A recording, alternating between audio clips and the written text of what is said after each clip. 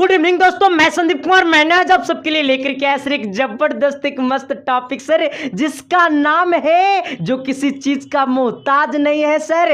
इसे कौन नहीं जानता, क्योंकि सबके तो दिलों में यही बसता है सर, जिसका नाम है बिरतों से संबंधित क्षेत्रफल। और ये पता है, ये बसता नहीं सर, ये दिल में गसता भी है सर, छेद भी कर देता है ये दिल में, क्योंकि पता है हर किसी को समझ में नहीं आता है। जैसा ही इसका नाम सुना ना कि कल सर जी स्टार्ट करने वाले हैं बिरतों से संबंधित क्षेत्रफल, वो पहले ही 2 डेग पीछे भागना चालू कर देगा कि आज क्लास ना जाएंगे। क्यों? क्योंकि लगता है ये सबसे हार्ड। हम कहेंगे सर थोड़ा फीलिंग होगा ना रे कि अगर क्लास 10th में अगर सबसे अगर हल्का कोई चैप्टर है ना तो ये बिरतों से संबंधित क्षेत्रफल है सर। और आज इसका आपको VBI सब्जेक्टिव क्वेश्चन का सॉल्यूशन करने वाले हैं सर, यानी कि जो आपको लघु उत्तरीय और दीर्घ उत्तरीय में क्वेश्चन पूछा जाता है आपके बोर्ड एग्जाम, वही क्वेश्चन मैं करवाऊंगा सर। उतना ही करवाऊंगा जितना आपका बोर्ड एग्जाम पूछता है सर, और उतना से ज्यादा एक भी नहीं करवाऊंगा, और ना तो मेरा पढ़ाया हुआ से ज्यादा आपके बोर्ड एग्जाम एगो पूछ देगा सर। इससे पहले कि आप अगर हमारे चैनल पर पहली बार आया सर तो चैनल को सब्सक्राइब करके बेल आइकन को प्रेस करके दोस्तों को भी शेयर कर देना, क्योंकि सर आपको बेहतर शिक्षा पाने की बात करें या बेहतर रिजल्ट की बात करें सर, तो एक ही विकल्प है जिसका नाम है इसके साइंस क्लासेस, जिसका पहचान है आप सब। तो आपको सीधे मैं लेकर के चलता हूं सर क्वेश्चन की दुनिया में। सर क्वेश्चन क्या कह रहा है, थोड़ी सी गौर करना। चलिए सर आइए देखिए, ये जो क्वेश्चन है ना सर, ये आपके क्वेश्चन आपके एग्जाम में अति लघु उत्तरीय में क्वेश्चन पूछता है सर, और ये क्वेश्चन पूछा हुआ भी है। आप देखो क्वेश्चन क्या कह रहे हैं ना कि 7 सेंटीमीटर त्रिज्या वाले वृत्त के एक त्रिज्यखंड का क्षेत्रफल ज्ञात कीजिए, जहां पर जिसका कोण 90 डिग्री है। कह रहा है ना कि 7 सेंटीमीटर त्रिज्या वाले एक वृत्त है, 7 सेंटीमीटर त्रिज्या वाले एक वृत्त है जिसका त्रिज्यखंड का क्षेत्रफल बताना है, और इसका हमारा जो कोण है वो कोण 90 डिग्री दिया हुआ है। सबसे पहले आपको मोहतरमा क्या लिखना होगा, आपको सॉल्यूशन लिखना होगा।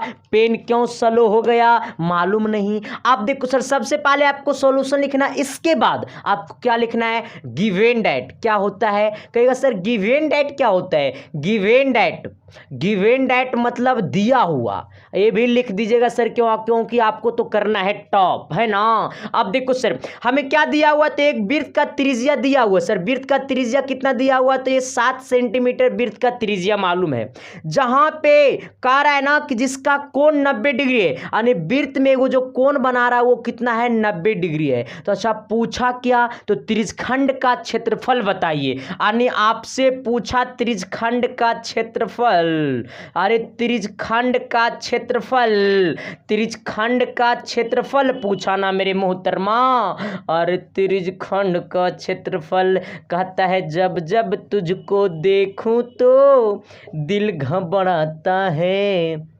आइएगा सर, अगर आपसे पूछे त्रिज्यखंड का क्षेत्रफल, तो त्रिज्यखंड का क्षेत्रफल होता है θ/360 गुने पाई आर स्क्वायर। ये फॉर्मूला होता है सर, और ये फॉर्मूला को भूलना मत। हाँ कहेगा सर त्रिज्यखंड का क्षेत्रफल तो θ/360 गुने पाई आर स्क्वायर। अब सोचो मेरे मोहतरमा कि θ/360 गुने पाई आर स्क्वायर। अच्छा तो अब सोच रे बउआ, तोरा क्या नहीं मालूम है। अच्छा तोरा क्या नहीं मालूम, कहेगा गुरुजी सब कुछ तो मालूम है। अरे यार तोरा मालूम है भाई, तोरा थीटा मालूम है रे। अब पाई का मान होता है 22/7।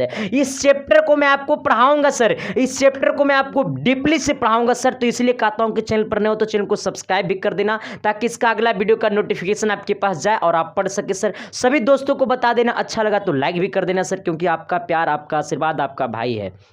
आइएगा, अच्छा थीटा का मान कितना मेरे मोहतरमा, कहेगा गुरुजी 90 डिग्री ना हखी। अच्छा नीचे हखी 360 डिग्री ना जी, और यहाँ पर पाई का वैल्यू कितना होता है 22/7, और गुने त्रिज्या कितना है, तो त्रिज्या है 7, और यहाँ पर है त्रिज्या का स्क्वायर यानी 7 का स्क्वायर। अब सोचो ना कि ये 1 0 से 1 0 गया खोपचा में, 9 से काटेगा 36 को तो 4 बार में कट जाएगा, यानी ये तो आपका आ गया 1/4। ये हमारा ये वाला पूरा 1/4 4 बन गया, यहाँ पर गुने ये 7 का स्क्वायर कितना होता है 49, इसको डायरेक्टली लिख दो कितना 49, ये 7 से काटेंगे 49 को तो 7 बार में कट जाएगा, यानी कितना हो गया 22 गुने कितना 7। अब देखो ये हमारा यहाँ पर हो जाएगा तो इसको काटेगा तो ये 2 दूनी 4 हो जाएगा, ये 11 दूनी 22 हो जाएगा, यानी 11 सत्ते 77। अब बट्टा नीचे कितना हो गया 2, यानी 11 यानी कितना 77/2 सेंटीमीटर स्क्वायर, सेंटीमीटर स्क्वायर, क्योंकि क्षेत्रफल पूछा और क्षेत्रफल ये एनी टाइम स्क्वायर में होनी चाहिए मेरे मोहतरमा। अब कहो किसको किसको समझ में नहीं आया? क्या गुरुजी समझ में नहीं आएगा? अरे फिर कारा नहीं आएगा, अब कारा आएगा। हाँ इसलिए कहते हैं चला कि मैथ न रे तेरे खून में दौड़ेगा, तेरे खून में दौड़ेगा। हाँ कहता है ना कि विद्या की खेती किसानों ना होती, विद्या का बाप कोई पर्वत ना होता, विद्या बागानों में फलती नहीं, विद्या बाजारों में मिलता नहीं, विद्या अमीरी गरीबी न मजहब, विद्या किसी का बपौती नहीं, विद्या उसी का जो दिल से चाहत है ना सर। और मैं आपको लेकर के चलता हूं सर क्वेश्चन नंबर अगला की तरफ। रे पगला देखिए सर, ये वाला जो क्वेश्चन है ना, ये क्वेश्चन आपके एग्जाम में पूछा हुआ था सर, पता है बता है, लेकिन क्वेश्चन बहुत हल्का है। ये क्वेश्चन आपके एग्जाम में पूछा हुआ तो है लेकिन क्वेश्चन बहुत ही हल्का है सर। क्या सच में हल्का है गुरुजी? अरे सच में है रे भाई। देखो ना कह रहा है ना, क्या कह रहा है? कह रहा है 2 वृत्तों की परिधियों का अनुपात 2:3 है। कह रहा है 2 वृत्तों की परिधियों का अनुपात 2:3 है, उनकी त्रिज्याओं का अनुपात क्या होगा? सबसे पहले ये सोचो, यहां पर सॉल्यूशन लिखना है। कह रहा है 2 गो वृत्त है, एक मानो ये पहला वृत्त है और ये हमारा दूसरा वृत्त है, ठीक ना। पहला वृत्त की परिधि और दूसरा वृत्त की परिधि का अनुपात दिया हुआ है। अच्छा इसका मतलब कि पहला वृत्त की परिधि, पहला वृत्त की परिधि, अच्छा पहला वृत्त की परिधि अब बट्टा दूसरा वृत्त की परिधि। अच्छा पहला वृत्त की परिधि और दूसरा वृत्त की परिधि का अनुपात दिया हुआ 2:3। इसका मतलब पहला वृत्त की परिधि बट्टा दूसरा वृत्त की परिधि तो हो जाएगा 2:3 का मतलब हो जाएगा 2/3 कि यहू पढ़ाना पड़ेगा तो बोर्ड एग्जाम में 450 नंबर से चढ़ाना पड़ेगा। हाँ तू सबको चढ़ाना पड़ेगा सर, हमको तो लग ही रहा है। अब देखो अच्छा वृत्त की परिधि क्या होता है मेरे मोहतरमा? तो वृत्त की परिधि होता है 2πr। क्या होता है 2πr? तो पहला वृत्त की परिधि हो जाएगा 2πr। अच्छा पहला वृत्त की परिधि है तो इस त्रिज्या को r1 मान लो, दूसरा वृत्त की परिधि हो जाएगा 2π और दूसरा वृत्त की त्रिज्या को r2 मान लो, इसका त्रिज्या को r1 बोलो, इसका त्रिज्या को r2 बोलो, ठीक ना। तो पहला वृत्त की परिधि 2πr, जहां पर पहला वृत्त की त्रिज्या को r1 मान लेना, दूसरा वृत्त की त्रिज्या को r2 मान लेना, जिसका अनुपात 2:3 है। 2 से 2 गया खोपचा में चला, पाई से पाई गया खोपचा में, यानी बच गया r1/r2 बराबर 2/3। 2/3 इसका मतलब पहला वृत्त का त्रिज्या का अनुपात दूसरे वृत्त के त्रिज्या के अनुपात बराबर 2:3 ही है। यानी परिधि का अनुपात त्रिज्या के अनुपात के क्या होता है? बराबर होता है। सर इस चीज पे गौर करना। परिधि, दोनों वृत्त की परिधि का अनुपात 2:3 था, तो ये दोनों वृत्त की त्रिज्या का भी अनुपात कितना आ गया? 2:3 ही आ गया है। इस टाइप के क्वेश्चन आपके एग्जाम में फंसा हुआ है और उम्मीद नहीं, विश्वास के साथ कहता हूं कि अगले बार नहीं आपके एग्जाम में ऐसा क्वेश्चन को फंसेगा सर। हाँ फंसेगा तो तू छोड़ेगा रे, तो सर तुरंत चढ़ा देगा फुलंगी पर ना। आते हैं सर अब क्वेश्चन नंबर नेक्स्ट की तरफ। सर नेक्स्ट नंबर क्वेश्चन की तरफ बढ़ोगे? खामोश।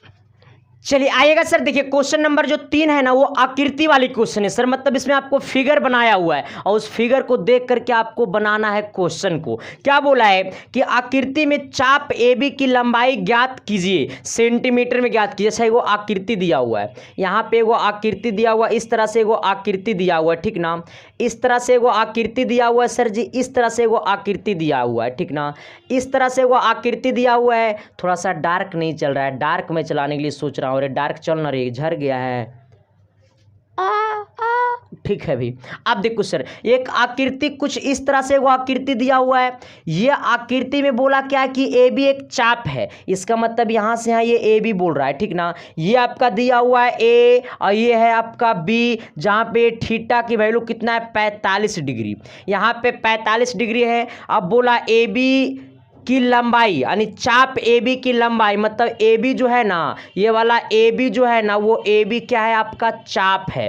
क्या है सर जी, ये चाप है। और यही पूछा है कि चाप यानी ए बी जो है वो चाप है, ठीक ना, चाप है। और वो पूछा है कि चाप की लंबाई क्या होगा सर। अब देखो ये फिगर है ना, जो कुछ इस तरह से कर देंगे ना तो आप अच्छा से समझ जाओगे, ठीक ना। एक वृत्त बन गया, क्या बन गया, वृत्त बन गया है सर। अब देखो यहाँ पे थीटा का जगह ले लिया। अच्छा अब सोचो कि ये वृत्त का तो केंद्र हो गया, यहाँ से यहाँ ये त्रिज्या हो जाएगा और यहाँ से यहाँ ये त्रिज्या हो जाएगा। समझा कि नहीं समझा रे, अरे समझा कि नहीं समझा, नहीं समझा। देखिए इधर, यहाँ देखो इसको मैंने इस तरह से मिलाया ना तो ये वृत्त का केंद्र बन गया ना रे चेला, अरे देख लो रल बेला, ये वृत्त का क्या बन गया, केंद्र। इसका मतलब यहाँ से यहाँ ये त्रिज्या, यहाँ से यहाँ ये त्रिज्या, ये भी हो जाएगा त्रिज्या, ये भी हो जाएगा त्रिज्या। भले ही मेरा डायग्राम थोड़ा सा उल्टा पुल्टा बन गया, ले सीधे बनाइए देते तुरार के।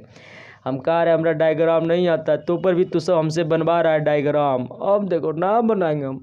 अब कह रहा है चाप की लंबाई, मतलब ये ए बी का लंबाई बता दो, जहां पे ओ बी का जो वैल्यू दिया हुआ है वो आपको 28, कितना है सर जी, 28 सेंटीमीटर है। ये ओ बी का वैल्यू 28 सेंटीमीटर है। इसका मतलब ओ बी जो है ना वो बराबर है ओ ए का, ओ ए का बराबर है, क्योंकि दोनों का दोनों क्या है मेरे मोहतरमा, तो दोनों का दोनों त्रिज्या का काम कर रहा है, जिसका वैल्यू कितना दिया हुआ है तो 28 सेंटीमीटर दिया हुआ है, जिसका वैल्यू क्वेश्चन में बोला।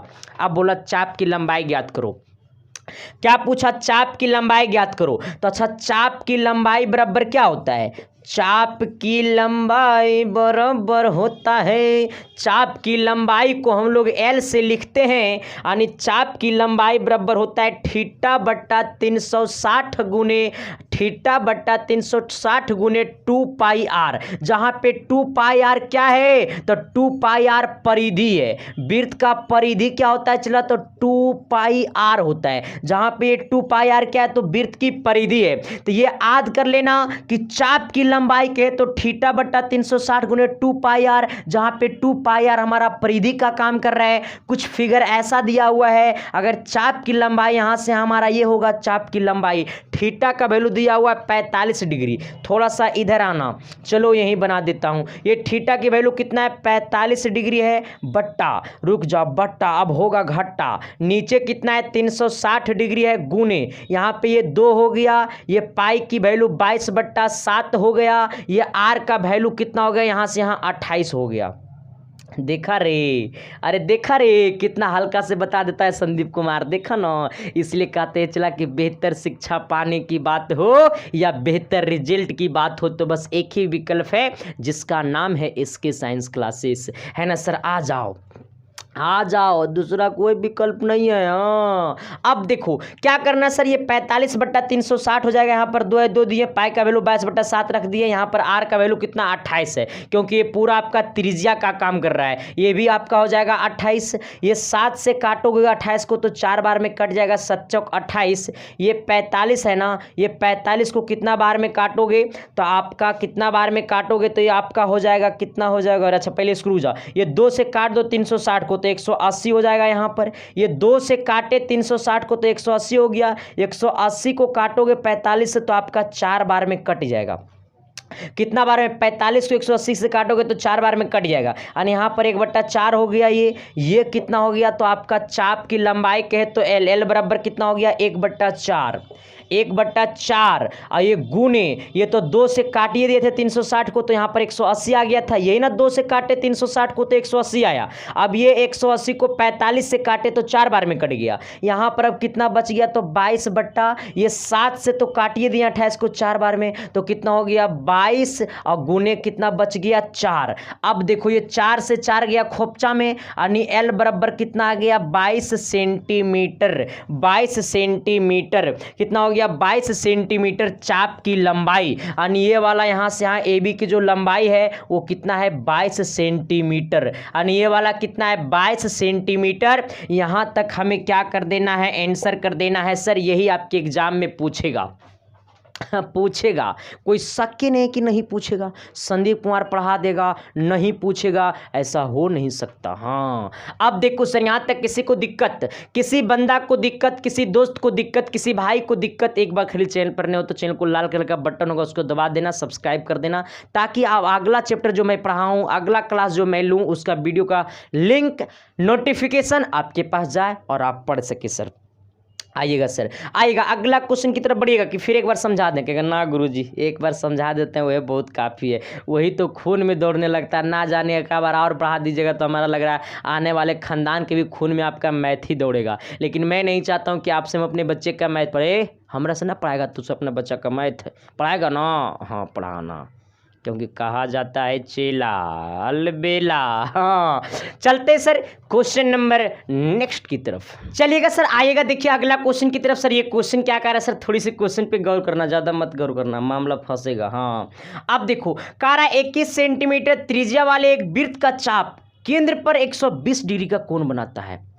कह रहा है 21 सेंटीमीटर त्रिज्या वाले एक वृत्त का चाप केंद्र पर 120 डिग्री का कोण बनाता है, 120 डिग्री का कोण आंतरित करता है। कह रहा है 21 सेंटीमीटर त्रिज्या वाले एक वृत्त का चाप केंद्र पर 120 डिग्री का कोण आंतरित करता है।